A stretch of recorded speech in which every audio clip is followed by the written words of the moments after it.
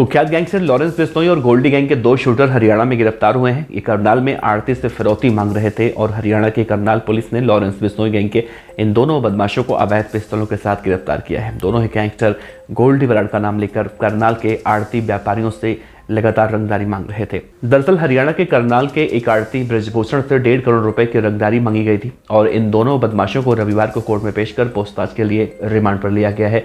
CIA 1 police द्वारा कल शनिवार देर शाम को रमन और भरत, जो कि सिरसा के रहने वाले हैं, इन्हें सूर्यवाला चौक से गिरफ्तार किया।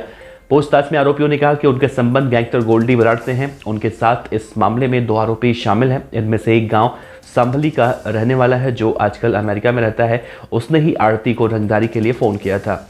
आशु के फोन नंबर को साइबर सेल द्वारा खंगाला गया। इसके बाद इन दोनों आरोपियों तक पुलिस पहुंच पाई। आड़ती भी आसू राणा के गांव संभाली का रहने वाला बताया जा रहा है, जो अब करनाल में रह रहा है।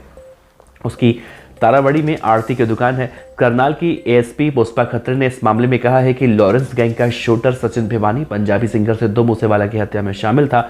वो भी पंजाब की जेल में बंद है।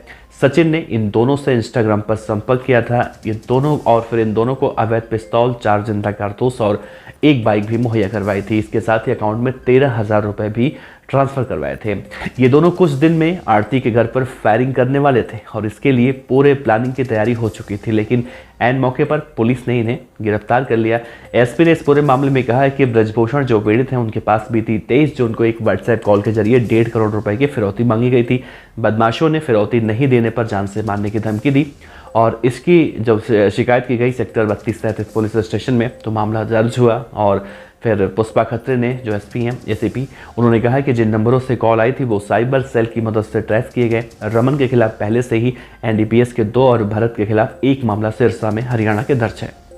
इन दोनों को पूछताछ के लिए रिमांड पर लिया गया है। रिमांड के दौरान किसी अन्य की संलिप्तता अगर पाई जाती है तो कार्रवाई अमल में लाई जाएगी। फिलहाल ये दोनों बदमाश गिरफ्तार हो चुके हैं।